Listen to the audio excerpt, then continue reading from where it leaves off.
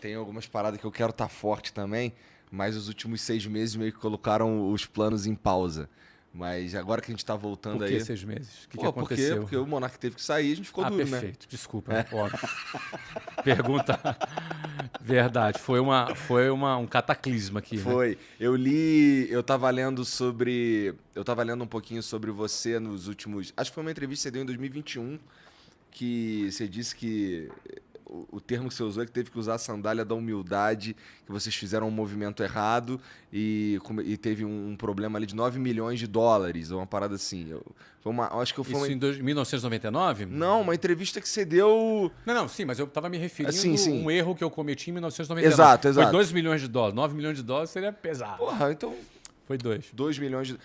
Não, porque quando eu vi isso, eu falei... 2,5. Tá, Aí você multiplicou... Aí eu fiz... pra pensar em reais. Pra pensar em reais. Quando eu vi esse número, que realmente era isso daí, tava chegando ali nos 3 milhões, aí eu, o Flávio teve um problema de 3 milhões, isso daqui ele tá de sacanagem, porque isso daqui é pequeno. Porque o... Mas eu tinha 20 na e poucos época, anos, meu irmão. É verdade, Era pesado. Porque, os últimos 6 meses, assim, cara... Se a gente for pensar só o que eu deixei de ganhar e o que eu perdi mais o que eu deixei de ganhar, caralho. É bastante. Dá pra pensar aí em dólares? Por aí, uns 4 milhões de dólares mais ou menos que deu merda, cara. Então, mas deixa eu te contar uma passagem. E aí tudo parou, entendeu? Mas deixa eu contar uma passagem da minha vida pra eu tentar ilustrar como é que eu encaro algumas perdas, né? Eu lembro que em 2008 foi o ano que nós tivemos a crise do subprime nos Estados Unidos. Aquela crise dos Estados Unidos, pancada. Eu estava com aproximadamente, na ocasião, 8 milhões de dólares em 2008. Só lembrando, eu tinha 36 anos, isso mesmo, 2008. Já tinha Orlando City, não? Não, 2008 eu não tinha nem vendido o WhatsApp, Verdade. nada disso. Estava morando no Brasil. Não é? Eu tinha cerca de 8 milhões de dólares investidos na Bolsa. Numa posição super alavancada, quando eu recebi a notícia que fechou o Lehman Brothers. Não é? 8 milhões de dólares hoje seria mais ou menos 40 milhões de reais. E num espaço de 5 horas. Aí eu esperei mais um dia para ver se voltava e caiu mais. Eu perdi 80% desse dinheiro. Esse não era todo o teu dinheiro, né? Não era todo o meu patrimônio. Tá. Mas era uma parte importante do meu patrimônio líquido. Tá. Minha empresa já valia muito mais do que isso. Eu já tinha recebido uma proposta de 200 milhões da empresa, não tinha vendido. Aliás, eu estava analisando a proposta, se vendia ou não, quando aconteceu esse problema. Eu tinha outros patrimônios, mas era um pedaço relevante do meu patrimônio líquido naquele momento. E eu perdi... acho que o número era mais que 8, porque o que eu perdi foi 8. Acho que eu tinha 10 e perdi 8, algo assim.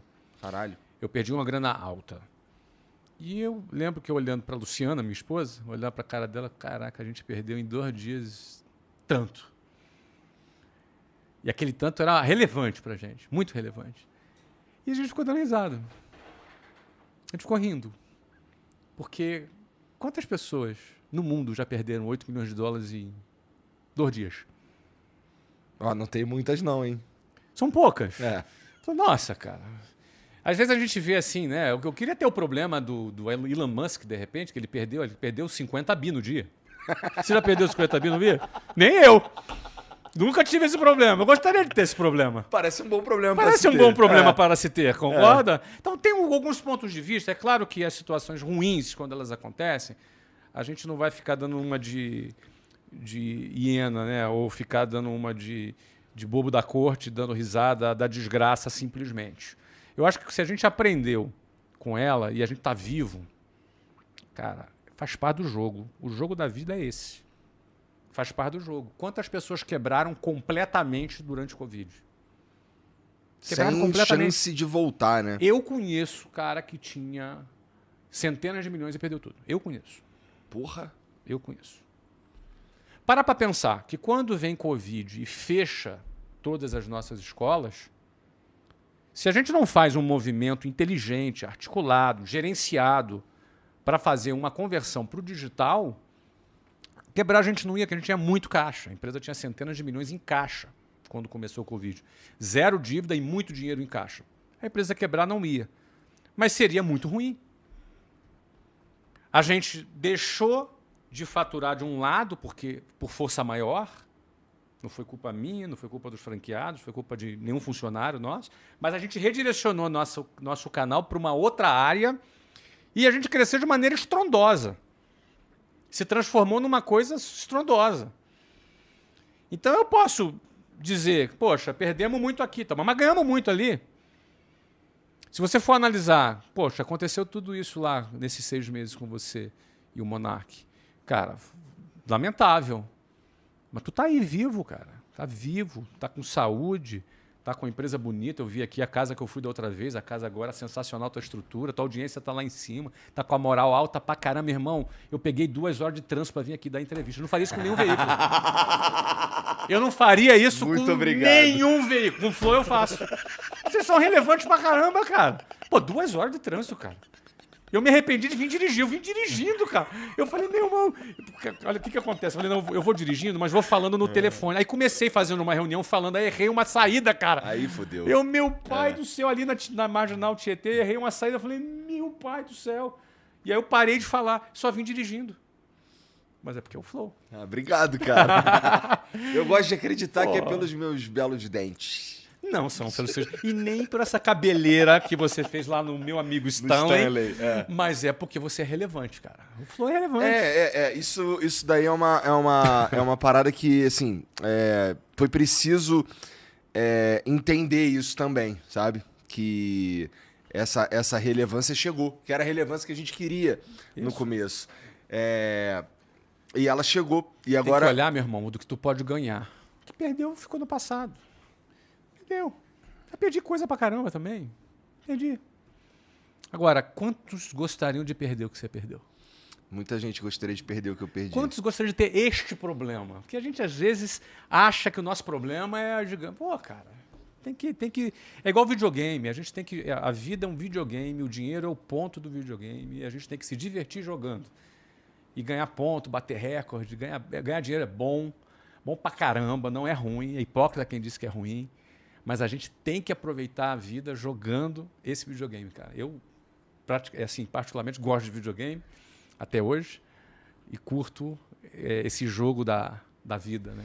Eu concordo que ganhar dinheiro é bom, é gostoso. Até porque, na minha opinião, pelo menos pra mim, aqui a maneira como a gente opera, o dinheiro, ele viabiliza as doideiras legais que a gente quer pôr no mundo. Então, inclusive, eu acho que esse foi um dos... talvez o nosso maior erro. Você falou sobre começar de novo e tal, não sei o quê. Eu acho que se eu fosse começar de novo, a principal coisa que eu faria diferente, antes de começar a pôr coisas que eu achava maneiro no mundo, eu acho que eu teria feito um caixa mais robusto, sabe? Mas eu também cometi esse erro. A gente, pra você ter uma ideia, no final do ano passado e início desse ano, a gente estava em franca expansão e crescendo e investindo. E não é que a gente não tinha caixa, mas é que a gente definitivamente não estava preparado para o que aconteceu no dia 8 de fevereiro. Então, a gente teve que dançar aqui uma música que a gente não sabia nem que existia. Sabe? Nesse sentido, cara, eu fico muito feliz de ter perto de mim uns caras que estavam ali pra vestir a camisa. E eu vou te falar, quando deu a merda toda, acho que eu já falei isso antes também, mas de qualquer maneira, tinha por volta de uns 80, 90, talvez 100 pessoas trabalhando com a gente, assim, na estrutura inteira. E, pô, aí a gente falou, cara, ó, deu merda. Por um tempo eu segurei, abaixou o meu salário e o salário dos líderes e tal, mas chegou uma hora que só não estava dando para manter tudo. Vamos precisar fazer uma redução salarial aqui. A gente acabou de dar um aumento, a gente tinha dado um aumento em dezembro. Uhum. Aí, vamos ter que voltar pro patamar antigo. Mas, quem quiser sair, a gente vai fazer os acordos aqui legal, não sei o quê, tá tudo bem, quem quiser sair pode ir embora, ninguém vai ficar puto, quem sabe no futuro aí a gente volta e tal. Pô, ninguém foi embora. Ninguém. E eu nunca tinha visto isso, cara. Uma parada uma situação como a que a gente passou aqui de dificuldade, assim, de caixa, assim, brutal. Um clima, pelo menos entre nós, assim, da liderança, assim, uma muita vontade de fazer o que a gente fez e voltamos, mas nesse ponto tinha uma incerteza ali, sabe? Não que ia acabar o flow, mas que eu talvez tivesse que desligar umas coisas que eu não queria desligar, sabe? E todos os movimentos que a gente fez foi justamente para não desligar nada, ou desligar o mínimo possível. E, cara, ficou todo mundo. Eu fiquei impressionado com essa porra, sabe? E essa galera que continuou com a gente eles. E o que eu tô falando aqui não é pra puxar o saco ou pra parecer bonitinho, não. Mas, pô, foram eles que puxaram, que me ajudaram a trazer de volta, sabe? E que coisa gostosa ter essas pessoas perto, cara. Pessoas que estão com a gente ali, independente do problema. Mas isso foi revelado durante a crise, né? Foi revelado durante a Então, crise. a crise, ela revela. Ela tem esse papel. Ela tem esse papel de revelar quem está do teu lado, quem virou as costas. Ela tem esse papel de revelar os caras com quem você pode contar. E, inclusive, revela a nós mesmos, né? Porque a crise, ela coloca em xeque quem somos nós. Porque, de repente, a gente está ali achando que é bom pra caramba. E a crise chega, cara. E ela chega. Eu tenho uma frase minha que eu falo: estabilidade não existe porque a crise chega. A crise chega. Tava todo mundo bonitinho, lindinho, maravilhoso. A gente ia fazer IPO em 2020. Veio Covid. Chegou a crise. E aí a gente teve que mostrar quem somos nós. Quem somos nós? Então eu tive que olhar no espelho. Quem é você? Então a gente foi lá e fez o que tinha que ser feito. Você também.